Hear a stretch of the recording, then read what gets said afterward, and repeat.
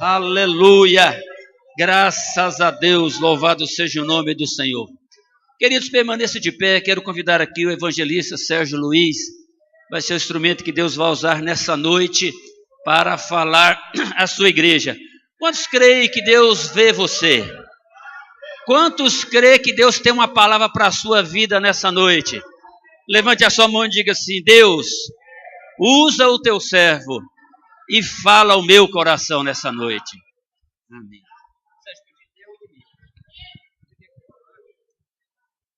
Aleluias! O nosso Deus é maravilhoso, queridos. Como não sentir a presença desse Deus todo-poderoso sobre as nossas vidas? Oh, aleluias! Glória a Deus. Amados, abra a palavra de Deus no livro de Gênesis, capítulo 16. Oh, aleluias!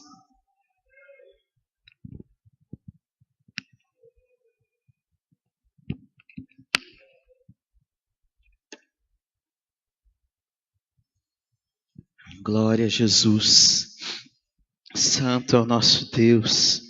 É o Deus que nos vê, é o Deus que está aqui. Aleluias. Gênesis 16, do versículo 7 em diante. Eu tenho a certeza que o Senhor me vê. Amém? Todos encontraram? E o anjo do Senhor a achou junto a uma fonte de água no deserto, junto à fonte do caminho de Sur. E disse: Agar, serva de Sarai, de onde vens e para onde vais? E ela disse: Venho fugida da face da minha senhora. Então lhe disse o anjo do Senhor: Torna-te para tua senhora e humilha-te debaixo de suas mãos. E disse-lhe mais o anjo do Senhor: Multiplicarei sobremaneira a tua semente, que não será contada por numerosa que será. Disse-lhe também o anjo do Senhor: Eis que concebeste e terás um filho, e chamarás seu nome Ismael, porquanto o Senhor ouviu a tua aflição. E ele será homem bravo, e sobre a sua mão será contra todos, e a mão de todos contra ele, e habitará diante da face de todos os seus irmãos. E ela chamou o nome do Senhor que com ele falava: Tu és o Deus que me vê. Porque disse: Não olhei eu também para aquele que me vê? Por isso se chama aquele poço de Laai-Roi, eis que está entre Cádiz e Berede. E Agar deu um filho a Abrão, e Abrão chamou o nome do seu filho que tivera Agar, Ismael. Feche os seus olhos, mantenha a sua Bíblia aberta. Pai querido, essa é a sua palavra ministrada aos nossos corações. Pai, nós queremos pedir que o Senhor venha falar conosco nessa noite. Queremos ser tocados, queremos ser transformados pelo ministrar da tua palavra a nós.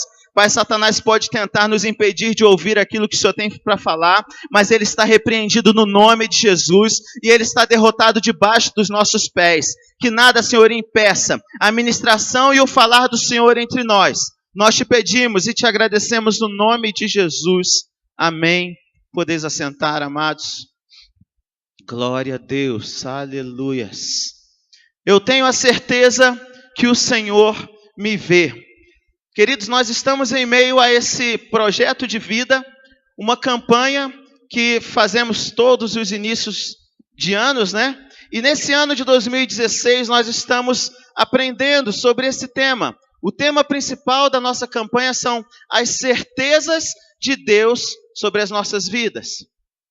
Quando nós vemos a nossa realidade atual, quando nós olhamos para o mundo que nos cerca, nós vemos, queridos, que hoje em dia temos vivido tempos de dúvidas e incertezas. As pessoas andam por aí preocupadas, o que será do dia de amanhã? Meu Deus do céu, o que vai acontecer com a minha vida? O que nos espera no futuro? E isso acaba gerando em muitas pessoas, uma vida de pessimismo, uma vida de desespero, uma completa falta de esperança. E isso, amados, é a realidade do mundo no qual nós estamos vivendo. Por onde nós passamos, é comum se perguntarem: e aí, o que vai ser do governo? E o dólar que está aumentando? E o que vai ser do salário mínimo? E a nossa vida, o que acontece? É comum nós andarmos por aí e ouvirmos isso. Por onde nós passamos, nós ouvimos essas incertezas, essas dúvidas que pairam sobre a população em geral. Mas em Deus, e nós temos aprendido isso aqui nesses dias, nós encontramos certezas e afirmações. E o que é maravilhoso é que essas certezas que vêm de Deus para as nossas vidas, elas nos consolam em meio aos dias maus. Essas certezas, elas nos trazem um novo ânimo, elas nos trazem uma nova esperança, elas nos trazem um pensamento que hoje pode até estar ruim, mas em Deus eu creio que o amanhã vai ser muito melhor. Isso é a vida que nós temos em Deus. As certezas de Deus, quando elas vêm sobre a nossa vida, elas renovam as nossas forças. Livro de Isaías, capítulo 30, versículo 31 diz: mas os que esperam no Senhor renovarão as suas forças, subirão com asas como águias, correrão e não perdem suas forças, andam e não se cansam. Oh, aleluias! Essa é a certeza que nós temos em Deus. São as certezas que nós temos aprendido aqui e temos sido ministrados todos esses dias. Mas o nosso foco hoje é falar sobre a certeza que o Senhor me vê. E quando nós vamos para a palavra de Deus, nós vemos que ela é recheada de exemplos, vários textos que nos falam a respeito dessa certeza. Nós vemos sempre falando que Deus vê, que os olhos de Deus estão atentos, que a visão de Deus está sobre nós, ou seja, vários textos, vários exemplos, conforme nós lemos no livreto, o pastor Clarimundo cita ali, vários exemplos de homens que no decorrer de suas vidas tiveram a certeza de que Deus os via. Nós lemos e ouvimos, nós somos ministrados sempre acerca dessa certeza, dentro desse tema, mas muitas vezes isso passa despercebido em nossas vidas. Porque parece que no decorrer da nossa caminhada, parece que na nossa trajetória, nós não atentamos a esse detalhe. E nem sempre damos a devida importância. Nem sempre nós damos a importância a essa certeza que ela deve ter em nossas vidas. E nesse texto, nós lemos uma história que aconteceu com a egípcia Agar. A história narra, lá desde Gênesis capítulo 12, que Abraão, na época se chamava Abrão ainda, ele foi chamado por Deus. E Deus falou: sai da tua parentela e vai para uma terra que eu te mostrarei. E depois disso Deus dá uma série de bênçãos, de promessas que ele dá a Abraão, de que aconteceria na vida dele. E uma dessas promessas no decorrer da história era que Abraão teria um filho. E através desse filho ele seria pai de muitas nações. Eu creio que a história é conhecida da maioria dos irmãos. E Abraão recebeu essa promessa, guardou no seu coração. Só que o que aconteceu? O tempo foi passando. E nada do filho vir, nada da promessa chegar. E Abraão com sua esposa, o tempo passando, já iam ficando velhos e estava só demorando. E agora no capítulo 16 de Gênesis, nós vemos Sara tentando ajudar a Deus, entre aspas, né, lógico. Mas Sara falando: não, já que nada acontece, o versículo 1 do capítulo 16 diz assim: Sarai, mulher de Abrão, não gerava filhos. E ela tinha uma serva egípcia, cujo nome era Agar. E disse Sarai a Abrão: eis que o Senhor nos tem impedido de gerar. Entra, pois, a minha serva, porventura terei filhos dela. E ouviu Abrão a voz de Sarai.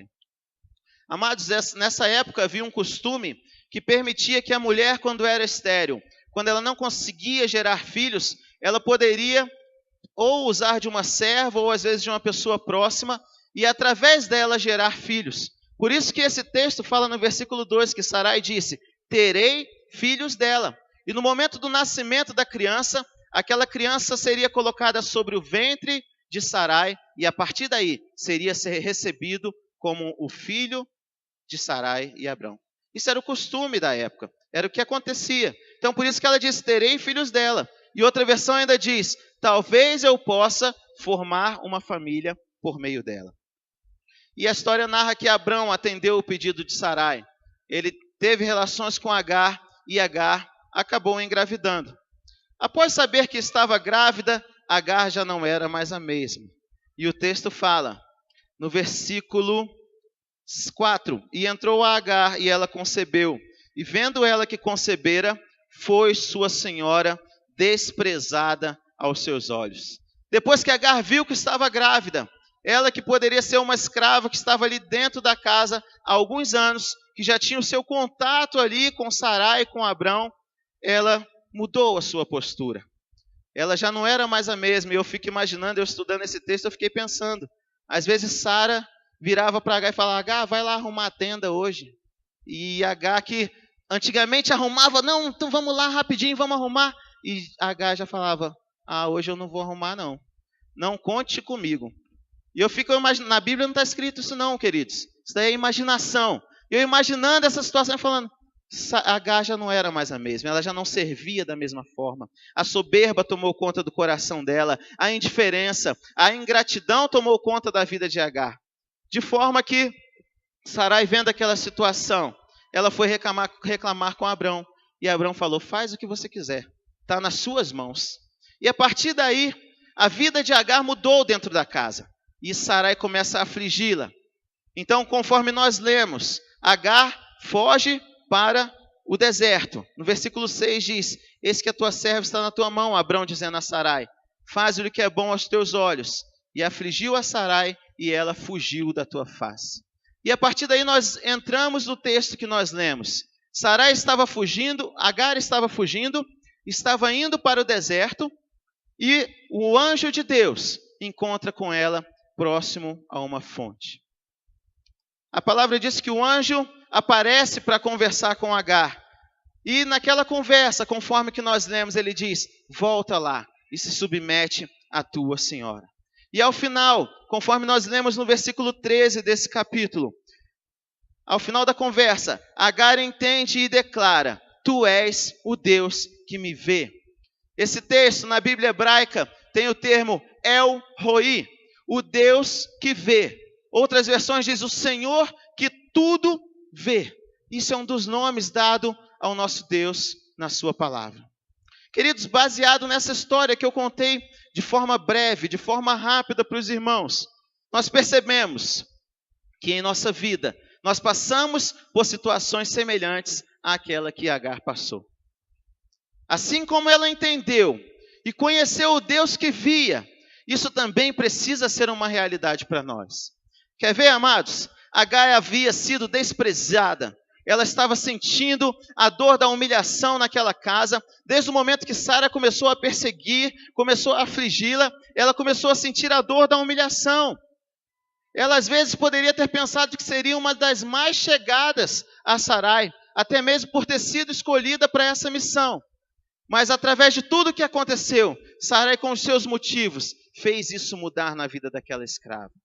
De tal forma que mesmo diante dos perigos do deserto, mesmo diante de toda a insegurança que ela teria na sua gravidez, ela decidiu ir para um local inóspito. Ela decidiu fugir da presença da sua senhora. Quantas vezes, amados, na nossa vida, a gente não se sente assim? Desprezado, humilhado, olhamos tudo em volta e nos sentimos completamente sem esperança. Às vezes no nosso trabalho, nós fazemos o melhor, fazemos o que estamos achando que é o melhor e não temos o reconhecimento que esperamos, não temos o reconhecimento que às vezes achamos que merecemos. Às vezes nós olhamos as nossas ações, olhamos os que estão acima de nós e pensamos: mas eu estou sendo subutilizado, eu estou passando por humilhação aqui nesse momento, eu estou passando por essa situação difícil. As pessoas só me enxergam pelo pior lado, enquanto eu tenho tantas coisas de bom para mostrar. Quantos não pensam assim? Às vezes quando você está se relacionando, às vezes na sua escola, no seu trabalho, às vezes até mesmo na nossa casa. Quantos filhos já não ouviram palavras duras de seus pais, tipo: você não tem jeito, você desse jeito não vai a lugar nenhum, você não tem esperanças para a sua vida. E às vezes nós mesmos olhamos para nós e não conseguimos enxergar valor nenhum em nossas vidas. E aí o que nos resta é o deserto. E com isso nós vemos muitos hoje em dia que vão para o deserto da mágoa, o deserto da falta de perdão, o deserto do abandono, da falta de esperança, o deserto da depressão. Mas, queridos, não importa a luta que você esteja passando, não importa a situação difícil que você esteja vivenciando, há um Deus que te vê e esse Deus vai vir ao teu encontro. Saiba dessa certeza que Deus está vendo todas as coisas, mesmo em meio à dor, mesmo em meio à aflição, mesmo em meio ao deserto. Ele está te vendo e Ele vai te encontrar para mostrar a sua glória. Oh, aleluias! Nessa palavra eu aprendo mais uma coisa, que Agar tentou resolver o seu problema de forma lógica. A palavra fala no versículo de número 7, que ela foi encontrada junto a uma fonte de água no deserto. Uma das maiores crises no deserto, principalmente durante o dia, o que é? É a sede, é o calor, a desidratação que pode ser causada. E Agar, ela foi tentar resolver o seu problema da forma mais lógica. Ela foi encontrada próximo àquela fonte. Ela buscou meios naturais para solucionar o seu problema. E quando Deus que vê apareceu, ela descobriu que aquela fonte não era nada diante do que ela realmente precisava para a vida dela. Queridos, muitas vezes nós, diante das nossas falhas, diante dos nossos problemas, tentamos solucionar da nossa maneira. Quantos não têm problemas e às vezes vou com o meu braço, eu vou resolver, eu vou fazer, eu vou da forma natural, eu vou da forma do homem. Muitas vezes nós não importamos com o que falam ao nosso respeito, sendo que ninguém nos conhece como o nosso Deus nos conhece. Ninguém nos vê como Deus nos vê. Deus age em nós além da lógica. Deus age nas nossas vidas além das coisas naturais. Ele nos transforma e cuida de nós. Nós, como cristãos, temos que parar de uma vez por todas de procurar pelas coisas naturais e crer que há um mundo espiritual e um Deus que governa todas as coisas nesse mundo. Oh, aleluias! Nós precisamos crer nisso e tomar posse disso a cada dia. Muitas vezes nós cantamos: Deus cuidará de ti, no teu viver, no teu sofrer, seu olhar te acompanhará, Deus velará por ti. Nós cantamos isso, andamos cantando várias vezes, mas quando chega na hora da prática, quando chega na hora que nós precisamos do cuidado de Deus, nós simplesmente esquecemos. Essa palavra se perde dentro de nós. Amados, o olhar dele está sobre nós, independente das nossas crises, independente dos nossos problemas. O Salmo 139, versículo 8, Davi fala: se subir aos céus, tu aí estás. Se fizer a minha cama na sepultura, lá estás também. Eu entendo com isso aqui, que não importa se nós estamos no céu ou na sepultura, de forma literal ele fala isso, mas o que nós entendemos que mesmo nos altos e baixos da nossa vida, não importa a fase da nossa vida que nós estejamos, há um Deus que nos acompanha e que vê tudo que nós passamos. Mas Agar estava fugindo. Olha a resposta dela ao anjo de Deus no versículo 8. Estou fugindo da minha senhora Sarai. No início do versículo o anjo fala assim: e disse Agar, serva de Sarai. O anjo já chegou para ela trazendo a identificação dela. Falou: você está aqui perdida, você está fugindo, mas você é serva de Sarai. A situação dela naquela casa estava tão difícil que ela precisou fugir. Quem nunca passou por isso, queridos? Quem nunca disse que vontade de desaparecer? Que vontade de sumir do mapa? Perdi meu chão, eu não tenho mais o que fazer. Que vontade de abandonar tudo. Que vontade de abandonar os estudos. Que vontade de abandonar a igreja. Que vontade de abandonar a família. Desistir, jogar tudo para o alto. Muitos às vezes passam por essas crises em suas vidas. E por isso, amados, nós estamos vivendo tempos de relacionamentos descartáveis. Nós estamos vivendo tempo onde as amizades acabam muito facilmente. Basta um problema mínimo. Os casamentos destruídos. Filhos que não falam com os pais, pais que não falam com seus filhos. Brigas entre família, brigas onde você vai, nós temos vivido isso. Diante de qualquer conflito, a grande tendência do ser humano hoje tem sido fugir. O homem já não tenta resolver seus conflitos, o homem já não busca a Deus para solucionar os seus problemas, mas diante de qualquer situação, ele quer fugir. É o estilo Big Brother, né? E vai começar esse programa demoníaco mais uma vez. E em nome de Jesus, que ele não entre nas nossas casas, na casa de cada um de nós, que estejamos fechados contra essa máquina do mal, que às vezes tenta tomar a mente de muitos cristãos hoje em dia. E esse estilo Big Brother, o que é? Se a pessoa me desagradou, se o meu marido me fez mal, se a minha esposa não me agradou, se o meu filho não está agindo de acordo com o que eu quero, o que eu faço? Eu mando para o paredão e tchau da minha vida. Eu não preciso mais disso, eu vou fugir desse relacionamento, eu não quero mais isso para a minha vida. Muitas pessoas hoje em dia não acreditam mais no próximo. E o pior de tudo, não acreditam nem em si mesmos. São rejeitados pelo meio e querem fugir do que realmente são. Quantas vezes nós não passamos por situações onde nós somos desafiados, onde o nosso caráter é provado, onde aquilo que nós consideramos como valores e princípios dentro da palavra de Deus são colocados à prova. E muitos têm fugido dessa situação. Ah, mas se eu me impor, o que vão falar de mim? Ah, mas se eu virar crente e se eu ficar indo para a igreja todo dia, fazer o que se faz lá, o que meus amigos vão falar de mim no local de trabalho? Eu já não vou ser o queridinho lá da roda de amigos.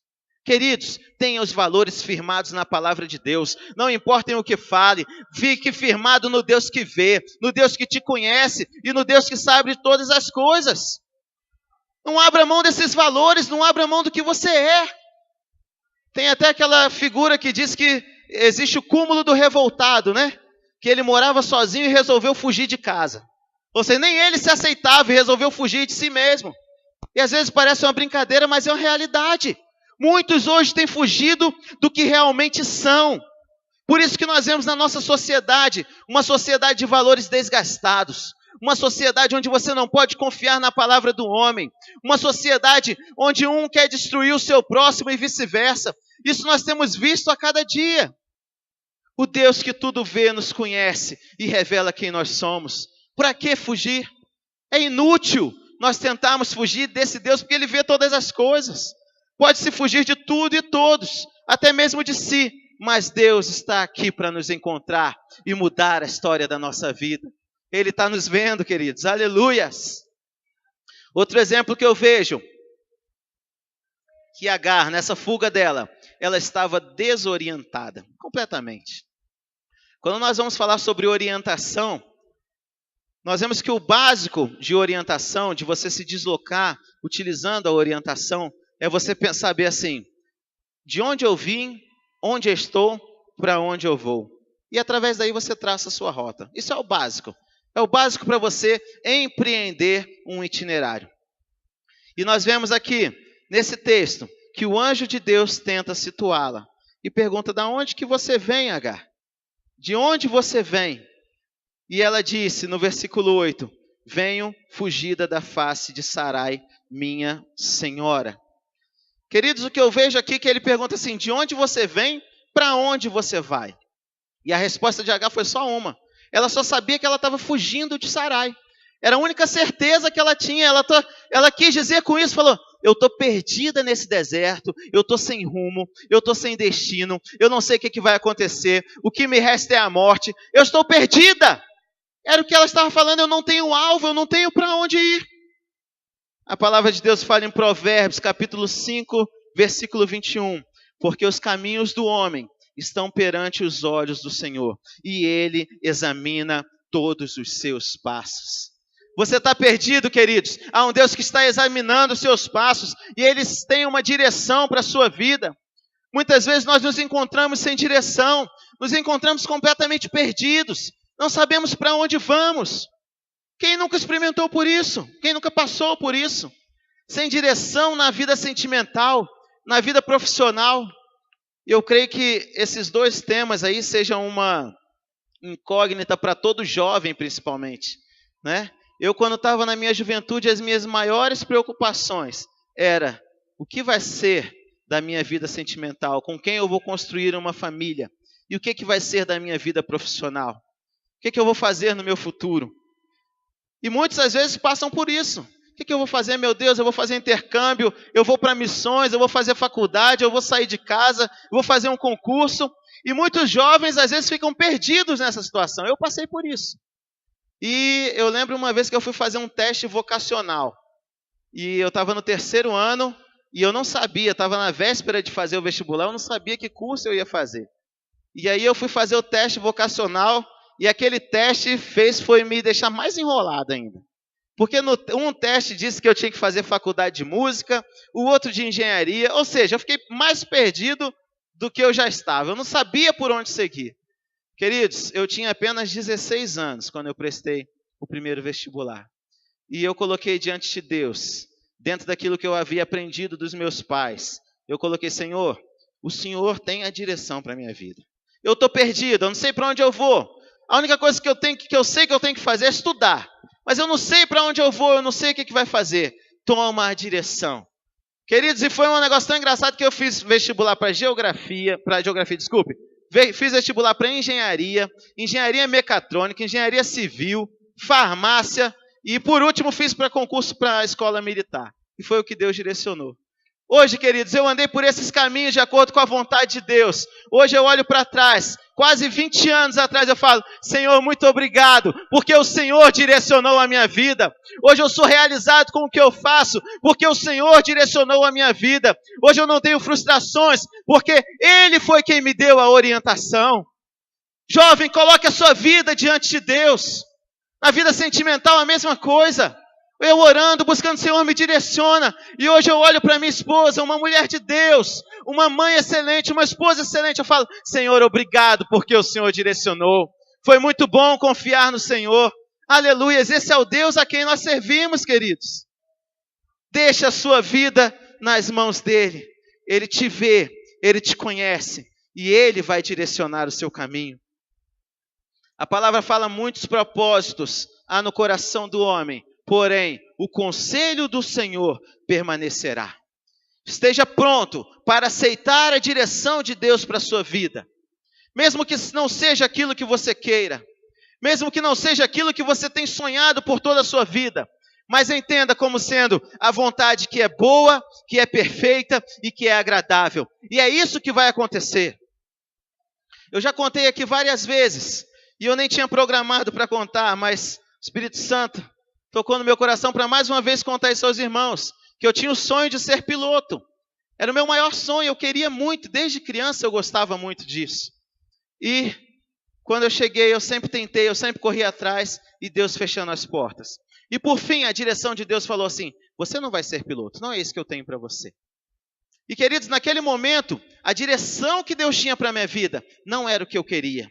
A direção que Deus tinha para a minha vida não era o que eu havia sonhado e pensado durante toda a minha existência. Não era o que eu queria.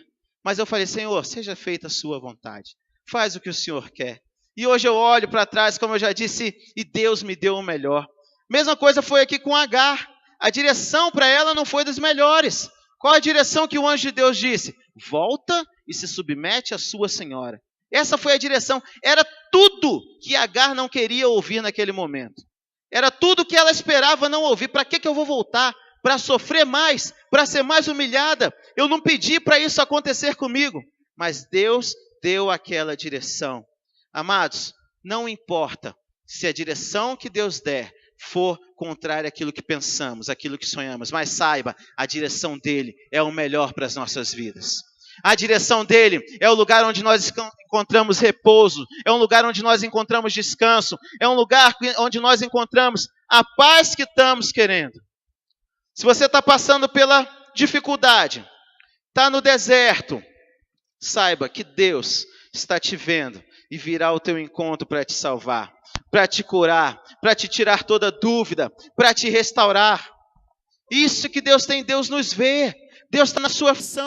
Acha que nada vai poder nada vai poder te ajudar, você não consegue, você não vê uma direção, você não vê saída nesse problema, mas há um Deus que te conhece, há um Deus que vê, e há um Deus que vai vir a teu encontro para transformar a sua vida. Oh, aleluias! Onde é problema, Ele vai trazer paz. Onde é dificuldade, Ele vai trazer vitória. Ele sempre tem o melhor para nós. Oh, aleluias! Queridos, e nós falamos sobre esse texto de Agar, tudo que foi falado até aqui, que Deus nos vê na nossa aflição, que Deus nos vê na nossa luta, que Deus nos vê na nossa dor, que Ele nos aponta a direção, realmente Ele faz isso. É tudo que nós queremos dEle, é tudo que nós buscamos cada dia, é tudo que nós buscamos a todo instante das nossas vidas. Agora, sabe qual que é o grande problema? É que a nossa geração quer ouvir só isso. Deus me vê quando eu estou precisando.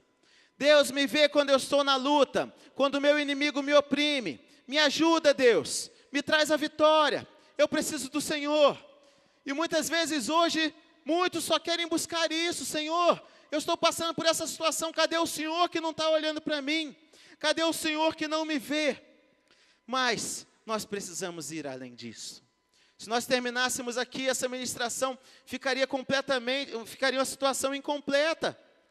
Porque em Apocalipse 2,18, na carta à igreja de Tiatira, o texto diz que os olhos do Filho de Deus são como chamas de fogo. Amados, eu estava estudando acerca desse texto, e o Espírito Santo de Deus, num determinado momento, falou assim, para tudo. Vai estudar sobre o fogo, vai ver o que o fogo faz. Aí você vai entender por que eu escrevi aqui nessa palavra que os meus olhos são como chamas de fogo. E amados, eu peguei alguns tópicos básicos e eu entendi que o fogo, ele serve para aquecer, ele serve para clarear, ele serve para purificar, mas ele também serve para queimar. Ele nos aquece, nos trazendo conforto. Os olhos do Senhor como fogo aquecem as nossas vidas, nos trazendo conforto na hora da dor, nos trazendo consolo na hora da falta de esperança. Ele purifica-nos, tratando as nossas vidas e nos fazendo melhores a cada dia. Nós precisamos buscar essa purificação a todo instante. E essa purificação vem através dos olhos de Deus com seu fogo. Ele nos clareia, trazendo à luz aquilo que realmente somos, aquilo que realmente temos dentro de nós. Às vezes verdades que até mesmo nós não entendemos, mas que Ele conhece e entende. Por isso que a palavra de Deus fala que nada fica oculto debaixo do sol. Os olhos do Senhor estão sobre nós, para trazer claridade sobre a nossa vida, para clarear o nosso ser. E Ele queima, nos julgando e tratando conosco quando nós precisamos. E eu fico lembrando, amados, quando eu era criança, a tia lá da escola dominical e do cultinho das crianças, era uma senhora. E eu acho que quando eu era criança, ela já devia ter quase uns 80 anos.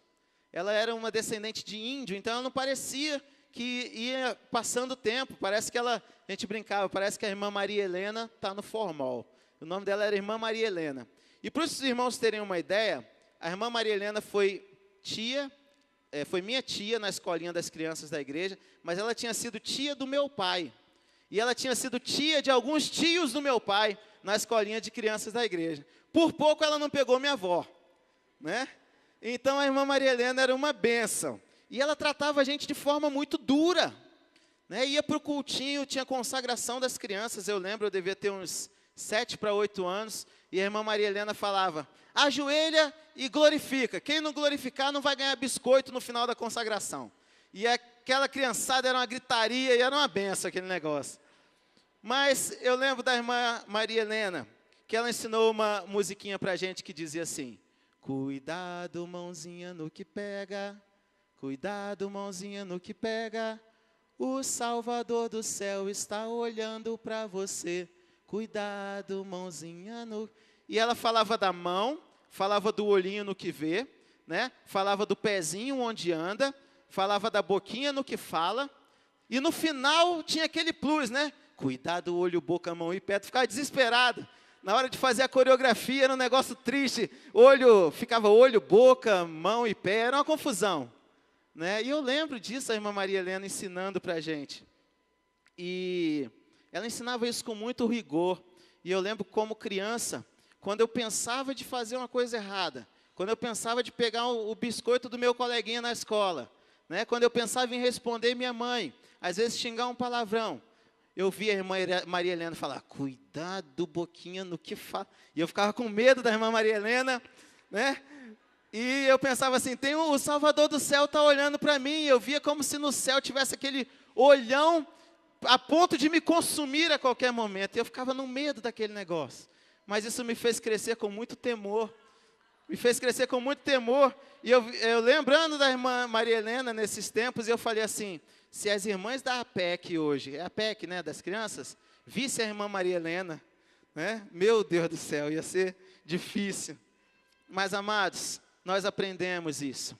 Nós aprendemos que há um Salvador do céu e está olhando para nós. A impressão que eu tinha, às vezes, que se eu pegasse alguma coisa do coleguinha, ia descer uma foice no céu e ia cortar minha mão na hora. Aquele temor. Mas eu aprendi que o Salvador do céu estava olhando, independente do que eu fizesse. Eu falei tudo isso até agora, queridos, pois hoje em dia, muitos vivemos nossas vidas querendo que Deus nos olhe só aquilo que nós queremos, só o que é o nosso interesse, e ignoramos o fato que Ele tudo vê.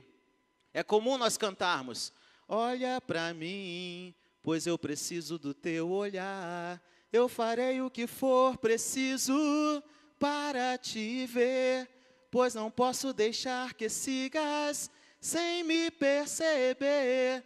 Não importa a multidão, só eu sei o que eu preciso, e eu preciso do teu olhar. E às vezes nós cantamos isso, Senhor, olha para mim, olha a dor que eu estou passando, olha a luta que eu estou vivendo, Senhor, eu não dou conta mais, Senhor, me ajuda.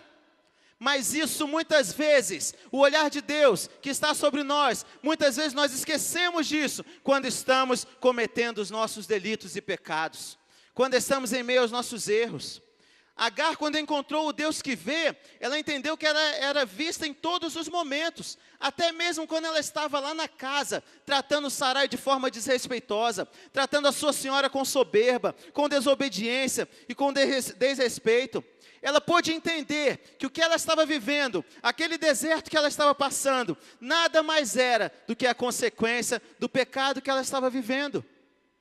E, amados, nós precisamos refletir a respeito disso, porque nós somos uma pessoa quando estamos em meio ao conjunto, quando estamos em meio às pessoas, mas como nós somos quando nós estamos sozinhos e quando ninguém está nos vendo?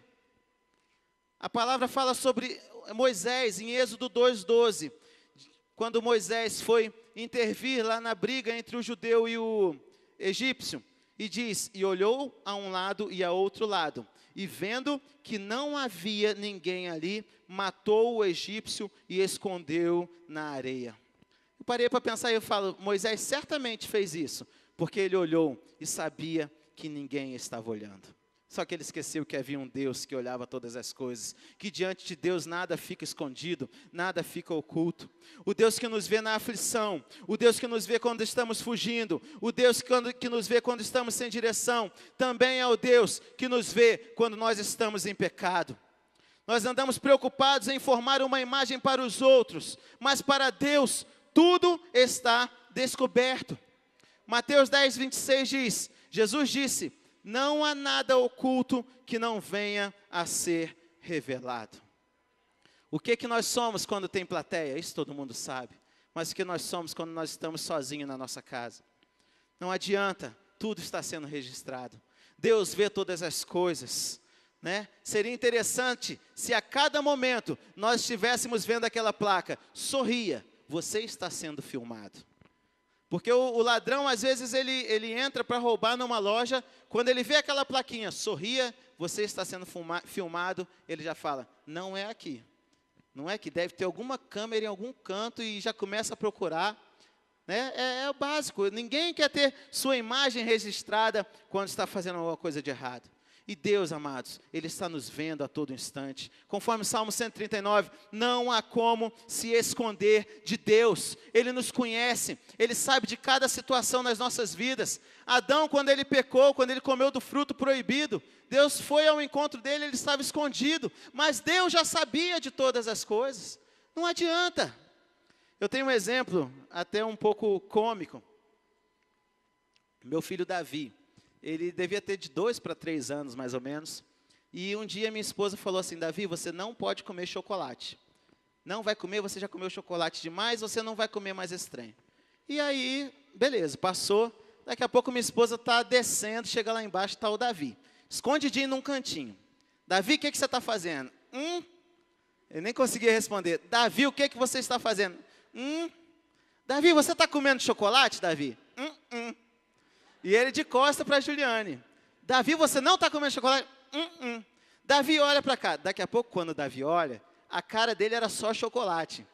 A mão dele cheia de chocolate. Davi, você não está comendo chocolate? Eu acho que ele engoliu o último pedaço. Aí foi quando ele foi tentar se justificar. Naquele dia o Davizinho foi corrigido, porque desobedeceu e mentiu. E eu parando para pensar a respeito disso, o Espírito Santo falou, muitas vezes vocês são desse jeito. Muitas vezes vocês fazem as coisas achando que estão fazendo escondidos. Aí quando vocês vêm para diante de mim, vocês vêm todos lambuzados desse pecado de vocês. E falam, Senhor, eu não fiz nada. Senhor, olha para mim porque eu preciso do teu olhar. Muitas vezes nós agimos dessa forma. Imaginem, queridos, se nesse telão aqui passasse, quando cada irmão entrasse aqui, passasse tudo que nós fizemos e pensamos nessa semana. Eu acho que a igreja não estaria cheia assim, né? E o que eu vou fazer lá naquela igreja? Meu Deus, o que o pastor vai pensar de mim? O que o meu líder vai pensar de mim? Os jovens, o que o irmão Jessezinho vai pensar de mim? Se ele descobrir as coisas que eu estou pensando e que eu estou fazendo. Se ele descobrir os meus momentos lá de namoro com a minha namorada. Meu Deus, tem misericórdia. O que ele vai pensar de mim? Mas, amados, Deus está vendo todas as coisas. Porque que diante de Deus, o Deus Todo-Poderoso, o Deus que comanda a terra e céu, o Deus que tem-nos na palma das suas mãos, nós somos tão covardes e achamos que nada está sendo visto. Porque que diante desse Deus Todo-Poderoso, nós deixamos a coisa correr, sendo que Ele sabe e vê todas as coisas. Provérbios 15:3 diz, os olhos do Senhor estão em todo lugar, observando os bons e os maus. Deus vê todas as coisas, não adianta tentar esconder aquilo que você é, aquilo que você faz. Deus está vendo quem você é na sua casa, quem você é se relacionando com a sua esposa, homem. Às vezes na igreja é um amor, um love total. Quando entra no carro, é aquela luta. Parece que ele se transforma. Desculpem a palavra, vira um monstro. E aquela mulher não entende nada. Você, esposa, como você tem tratado o seu marido? Às vezes há homens, nossa, o fulano de tal é uma bênção. E um monte de jovens, Senhor, eu quero quando eu for casar que eu tenha um homem igual o irmão fulano de tal. E aí quando vai para dentro de casa, é uma tristeza. Uma mulher sofrida, uma mulher que não é amada. A mulher das mesmas formas não compreende o homem, não ama o seu marido. Pais e filhos que têm um relacionamento só de fachada, mas não há respeito. Quem nós somos, queridos? Quando alguém fecha a gente no trânsito. Quem nós somos nesses momentos? Quem você é quando você acessa sozinho a internet na sua casa e assiste a programas de TV na alta madrugada? Muitos homens hoje têm se perdido pela indústria da pornografia. E há estudos que falam que a indústria da pornografia domina mais do que a indústria do tráfico de drogas. Tem dominado e muitas pessoas acham que é normal. E muitas famílias, muitos homens têm ido a pique porque têm se deixado levar. Porque às vezes age como uma pessoa no grupo, mas quando está sozinho, deixa completamente. Não sabe que há um Deus que vê todas as coisas. Quem você é quando você acessa o seu Facebook, com quem você anda conversando. Amados, uma coisa que é importante, e nós homens e mulheres precisamos disso, nós que somos casados, tem que haver transparência total na nossa casa. A sua esposa, homem, precisa ter a senha do seu Facebook, o seu celular não pode ter senha, ela precisa ter a senha do seu e-mail. Misericórdia, irmão Sérgio, ela vai fuxicar a minha vida. E daí, vocês não são uma só carne? Tem que parar com esse negócio de homem. Não, meu Facebook não posso mostrar senha para ninguém. O meu e-mail, ninguém. E, queridos, para com isso. Deus está vendo todas as coisas. Deus está ciente de todas as coisas. De Deus não há como esconder. Para que manter essa imagem? Manter uma vida de fachada? Se é um Deus que te conhece. Se é um Deus que sabe de tudo. É completamente desnecessário. Quem nós somos? Quem você é quando você vai escolher sua roupa para ir para a igreja, ou para o shopping, ou para onde vai? Não, para eu ir para a igreja é uma roupa, para eu ir para o shopping é outra, porque lá não vai ter ninguém para me ver, lá não vai ter ninguém que me descobre. O Espírito Santo tem te ajudado nessa decisão? Amados, eu vejo o exemplo de Daniel. Eu sempre falo, Em todas as pregações eu gosto de citar o exemplo de Daniel, mas fala muito comigo. Daniel estava longe de todos. Ele estava lá onde ninguém iria percebê-lo. Mas a palavra disse que ele propôs no seu coração não se contaminar. Outro exemplo de José. Ele estava lá escravo na casa de Potifar. E a mulher de Potifar chegou para ele e falou assim: José, hoje é o dia. Só está a gente em casa. Vamos, José. Vamos, cai para dentro, José. Dizendo assim de uma forma bem coloquial, né? Mas a resposta de José é fantástica. Aquela mulher, ela pensou assim: José é muito bonzão, porque está todo mundo aqui na casa. José é muito bonzão, porque os empregados estão tudo aqui. E aí ele não tem coragem, ele sabe que ele vai se dar mal se ele ficar comigo, mas eu vou garantir, e vou preparar o dia que não vai ter ninguém. Vai estar só eu e o Zezinho. Vai estar só eu e ele. Aí eu quero ver se ele vai resistir a esse pedaço de mulher. Eu creio que ela deva ter pensado assim. Mas aí ela foi, sozinha lá, com José. E aí José olhou para ela e a resposta dele é fantástica. E a resposta dele, eu fico pedindo, Senhor, que eu possa ter essa resposta todo dia na minha vida. Que essa resposta sempre esteja na minha boca.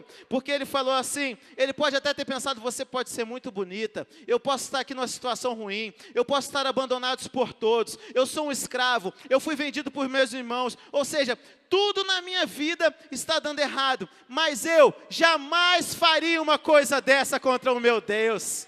Aleluias! José entendia, queridos, José estava entendendo que mesmo tudo dando errado, havia um Deus que estava olhando para ele, havia um Deus que ia direcionar a vida dele, havia um Deus que estava preparando um futuro para ele. Oh, aleluias! Gálatas 6,7 diz assim, ó, não vos enganeis, Deus não se deixa escarnecer, porque tudo o que o homem semear, isso também ceifará.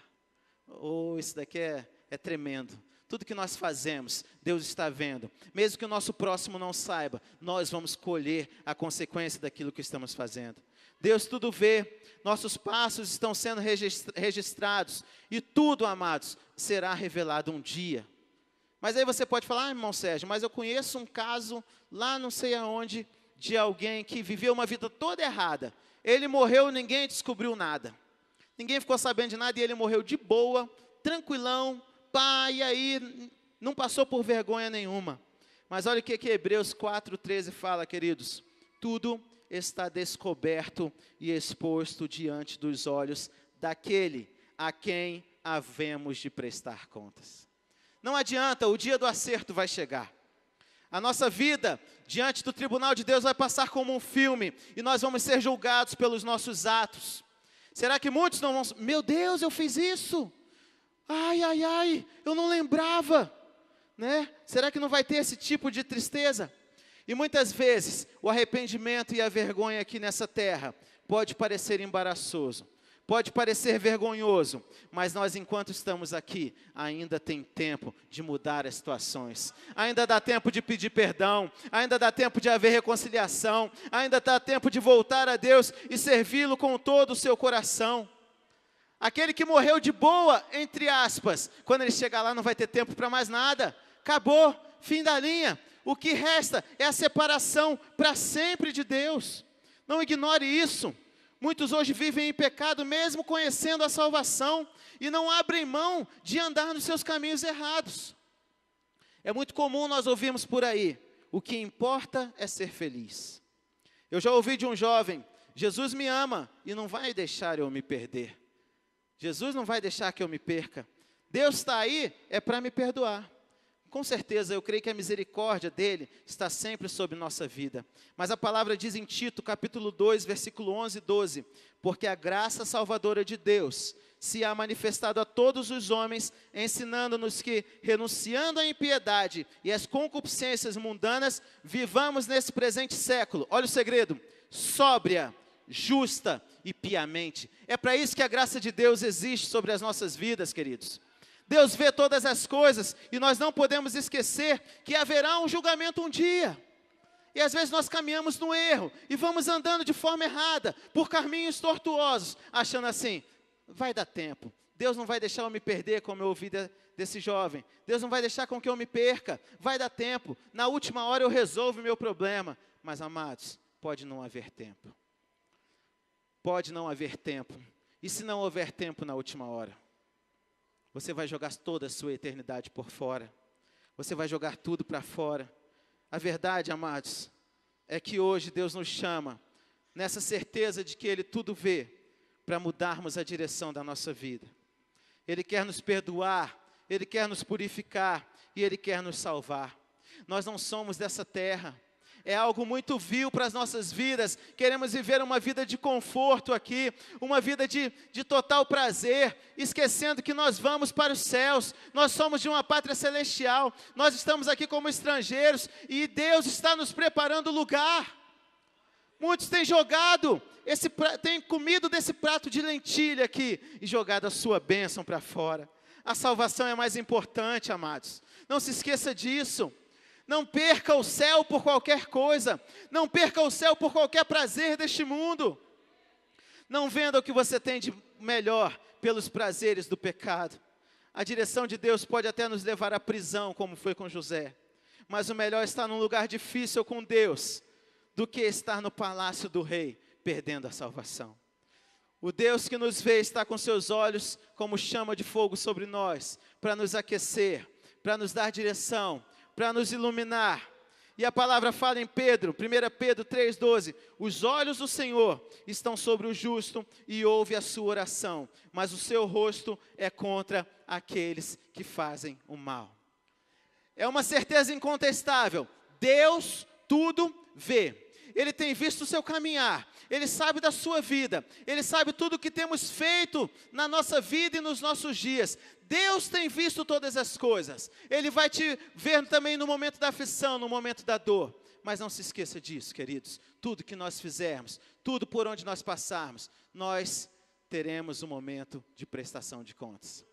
Saiba que o olhar do Senhor está sobre a sua vida. A bênção dEle está sobre você. E que nada possa nos afastar dessa verdade. E que nada nesse mundo faça com que nós, cristãos, igreja que caminha para o céu, percamos a nossa salvação em Cristo Jesus. Porque essa é a nossa esperança, essa é a nossa crença naquele que nos vê. E eu louvo a Deus e agradeço por essa oportunidade. No nome de Jesus, Deus abençoe os irmãos. Amém. Glória a Deus.